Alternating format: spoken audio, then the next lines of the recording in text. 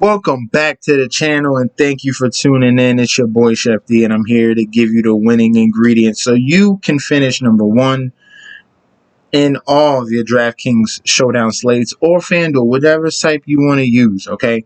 We're here to win and get that money. This is going to be the Showdown slate for the Washington football team and the New York Giants. I was this close about to say Redskins. I really was. But the main point about this is don't forget to like, comment, and subscribe to the channel. All right, we're currently at 445. Thank you, Gundacker, for shouting me out and trying to push more viewers to my channel. I appreciate it very much. There's going to be more opportunities for collaborations. But let's get down and dirty with this slate between Washington and New York. All right. Currently, if you're looking at the line, you have the Giants as an underdog plus 3.5 on BetMGM, on DraftKings, on FanDuel at 3, PointsBet is at 3, Caesars at 3.5. Everywhere is usually 3.5, and they are not big underdogs. They're decent sized underdogs at plus 150. All right. Washington is home, but they are an injured team currently. No Ryan Fitzpatrick. And now they're relying on Taylor Heineke, who I get it. He had a decent showing in the playoffs against the Tampa Bay Buccaneers. I know you guys remember that, and you're just putting him in this situation. But what you do not know is that the Giants, I'm really high on the Giants. So you already can understand where I'm going to lean in my lineup build. Here's some fun facts, okay? One fun fact is that Daniel Jones is undefeated against the Redskins in his whole entire career. Ever since he started, he has never lost to the Washington Redskins or Washington football team or whatever you want to call it, all right? In those games, the Giants defense, for some reason, they're able to hold the Washington football team's offense, whether it be Alex Smith, whether it be Kyle Allen, they beat them all. Okay, they beat them all. So, what I noticed coming out of that Washington and the LA Chargers game is that despite the fact they have a dominant front seven, which allows their corners to be a little more physical or just play more bump and run, is that they struggle with big body wide receivers, a.k.a. Mike Williams. As you saw, he went off, a.k.a. Keenan Allen, who's another big body wide receiver with elite route running ability. So what the Giants does have is going to be a Kenny Galladay, another big body wide receiver. They're going to have Darius Slayton, another big body type of wide receiver. All right. So what I'm going to start out with, I think Kenny Galladay is a little bit too cheap. If you want to put him as a captain, I think that is fine with me. He was able to soak up 6 targets, 4 receptions, and 64 yards. Not, a blowout spot, but something encouraging leading on to the next game, in which I see a scenario where he's a very good catch and traffic wide receiver, and I think they're going to need that in this Thursday game, all right? Especially with a team that has their defense that's pretty solid, but what if that defense gets too tired because Heineke cannot move the ball down the field against the Giants defense, which is very formidable. If you're just looking at this game against the Broncos, it wasn't a blowout. It was closer than what you thought, okay? It was very closer than what you thought. Giants defense was very good until, later in the game where they made a few mistakes guarding the tight end position and letting one big run get away. And that's when it looks like it would have been a blowout, but it really wasn't. It really was not that way. All right, so I think you should focus on Galladay. Obviously, I love Daniel Jones. You can put him at the captain spot. So these guys that I'm telling you right now are very flexible. Make a lineup with Kenny Galladay at the captain spot. Make a lineup with Daniel Jones at the captain spot. I just showed you the graphic that Daniel Jones is undefeated against the Washington football team. All right. And he has had very good games against this team. So I think the same will occur. The upside with him is going to be his rushing ability. As you can see last week against the Denver Broncos, who have a very fast defense, he was able to get 6 rushing attempts for 27 yards and a touchdown. The ball security is going to be key for Daniel Jones and key for the New York Giants to win this game. Okay. Can't turn the ball over. Obviously, that is going to be hard, just a little bit hard because of the defense that they're facing, but he can do it because he's felt very comfortable against this defense. All right, he's seen them over 4 times, and now he gets another opportunity, and I think he's going to just do the same as what he's done. He almost had 300 yards passing. You want to see a better completion percentage as well, but I love Daniel Jones' dual threat ability, and someone you should definitely put it at your captain spot. Tyler Heineke, I want to stay away from. Giants defense has taken advantage of any Washington quarterback for some reason, and he has some upside with the rushing ability. So if you do want to play him, but you're going to have to sacrifice some salary. You can't play. So you're going to tell me you're going to play Taylor Heineke over Saquon Barkley? You're really going to do that? You're going to play Taylor Heineke over Antonio Gibson? You're not going to do that. So you're going to have to sit someone. You're going to have to cut someone to fit and make a whole entire lineup, unless you're going to really punt the captain spot. But that's one of the most important spots. You don't have to get cute with that. All right. So we're going to fade Taylor Heineke. And you're in a situation where Barkley, with all this FUD, people, you should know what FUD is. FUD is fear, uncertainty, and doubt. All right. That's all around Barkley. Okay. You can get Barkley at a super, super suppressed ownership. All right. Because there's all these question marks. Oh, man, he was limited, only had 10 rushing attempts. He only played 46% of the snaps. Obviously, it was only that low because the game was kind of over with and they just went with Booker in the last 2 drives. All right. That's why it was 46%. But Saquon was out there in the second half doing whole entire drives. So that was a positive to see with, bouncing back from his torn ACL. All right. This is a game where you could get a Saquon Barkley that can clearly pop off and have a huge day. And no one be like, oh man, I thought they were going to limit him because it's a Thursday game right after a Sunday game. All these question marks. All right. But this is something they might even let him go all out because it's a longer rest. They don't have to play on Sunday. So they play Thursday, then they have all the way to Sunday, right, this weekend, and then all the way to next Sunday to rest him.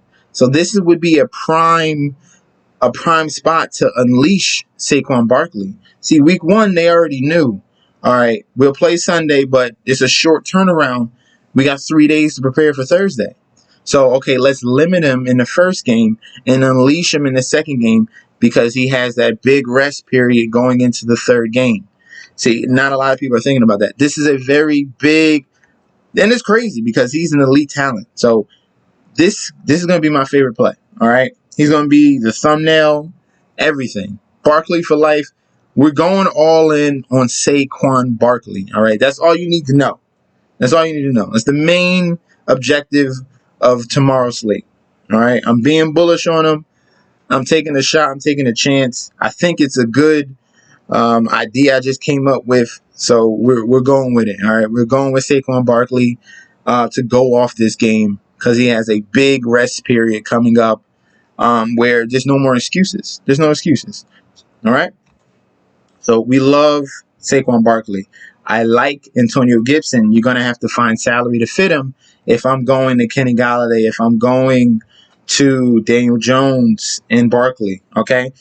But there's still room, okay? So if I get Antonio Gibson, you still have about 7,700 left.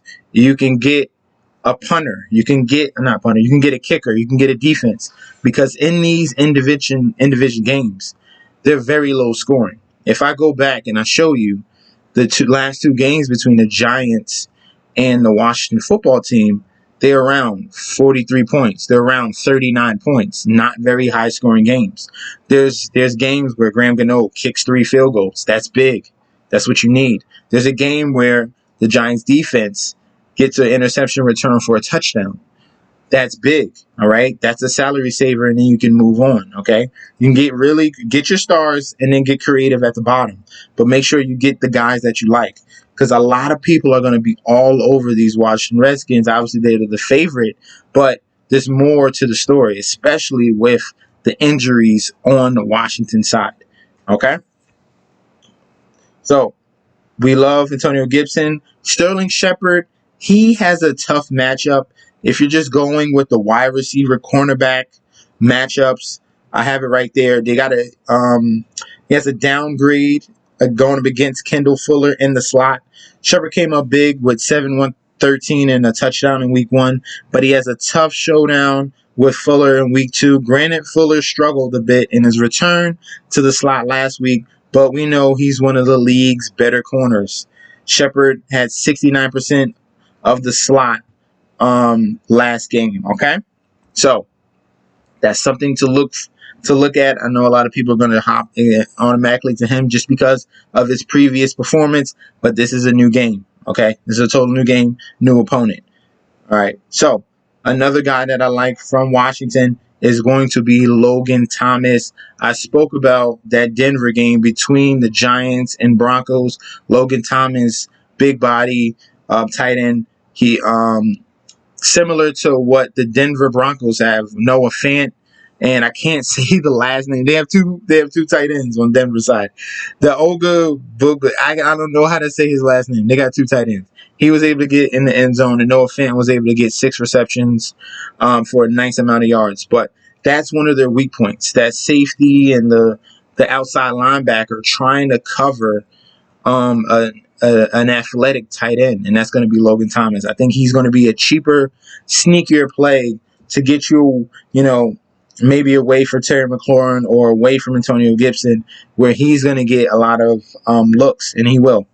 Obviously, Terry McLaurin, he's pretty much matchup proof, but he will be limited with Heineke as the QB. So that's something to look at. Plus, he's going up against James Bradbury, who's had some success against Terry McLaurin. So that start is going to be a little bit questionable. You can go with it as long as you fit in the guys that you want. I think he's a decent play.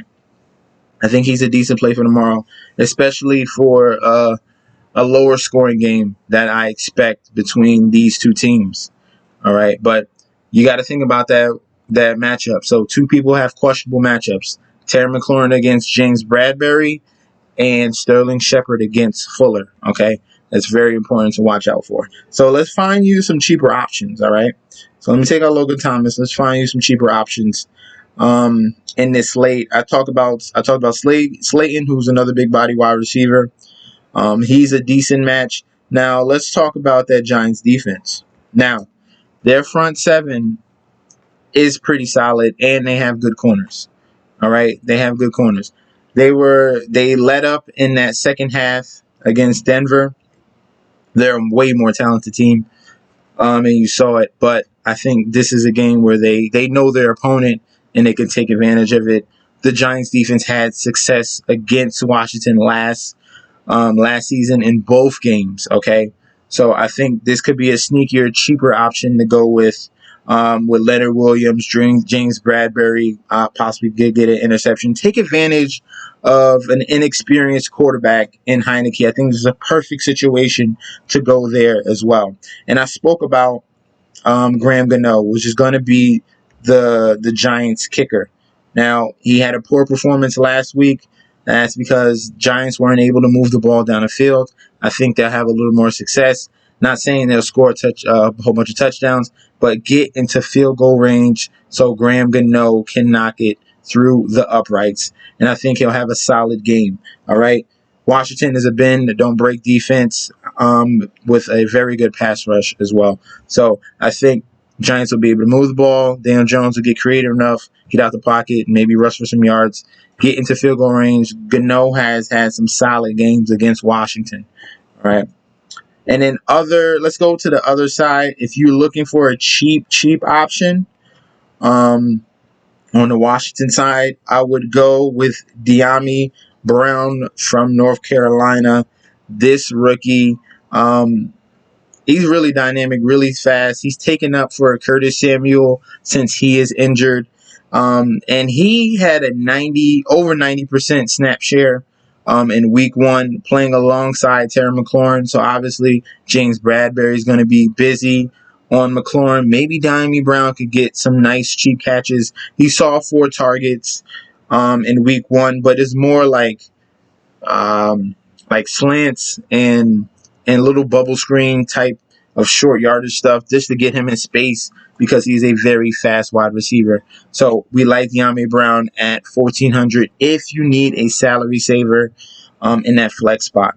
Okay, but those are going to be the choices for this slate. Okay, we're going to lean towards the Giants. You can definitely do a 3-3 type of lineup. I'm not saying a onslaught because these teams are pretty evenly matched. It's not going to be a blowout. It's going to be very close. But I definitely see where a way you can do a 4 and a 2. And definitely see a 3 and 3, but I would avoid Taylor Heineke if I had the choice to. Okay, but make sure you get Gibson in there, and make sure you get in Logan Thomas. All right, but if you need to say salary, I got you a guy right there in De'Ami Brown. All right, thank you guys for tuning in. Don't forget to like, comment, and subscribe to the channel. All right, hopefully we'll do good on this showdown slate yet again. I've been giving you some winning picks. All right, thank you guys for tuning in.